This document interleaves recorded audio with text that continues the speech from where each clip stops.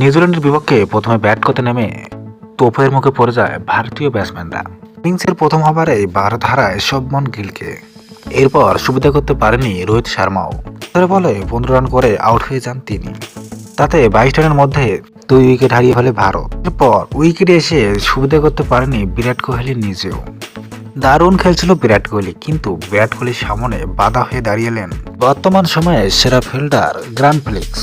প্রত্যেকটা ম্যাচে তার দেখা যায় দুর্দান্ত ক্যাচ, কেননা তার পাশ দিয়ে বল গেতে গেলেই ঈগল পাখির মতো বাজ পাখির মতো ছো মেরে ধরে ফেলেন তিনি। আর আজ বিরাট কোহলির ক্ষেত্রেও তেমনটি হয়েছে। হয়ে তাকে রইলেন বিরাট কোহলি, আর গ্যালারিতে অনুষ্কা শর্মার অ্যাকশন দেখে দর্শক তো রীতিমতো শেষ। এদিকে শুধু তাই নয়, বিরাট কোহলির এমন ক্যাচ দেখে লাইভে এসে বাংলাদেশের হাঁড়িতে তামিম ইকবাল জানিয়েছেন যে অহংকারী বিরাট কোহলির এমনটাই হওয়া উচিত ছিল। ওর ক্যাচেতে কিছুটা ভেঙে পড়েছে ভারত। যাই হোক, তারপরে ড্যাশিং ওপেনার দোয়া করেছেন যে ভারত যেন চ্যাম্পিয়ন হয়। দর্শক, আপনি কি চান আজকের ম্যাচটিতে ভারত জয়লাভ করুক? ইয়েস অথবা নো তা জানাবেন অবশ্যই আমাদের কমেন্ট বক্সে।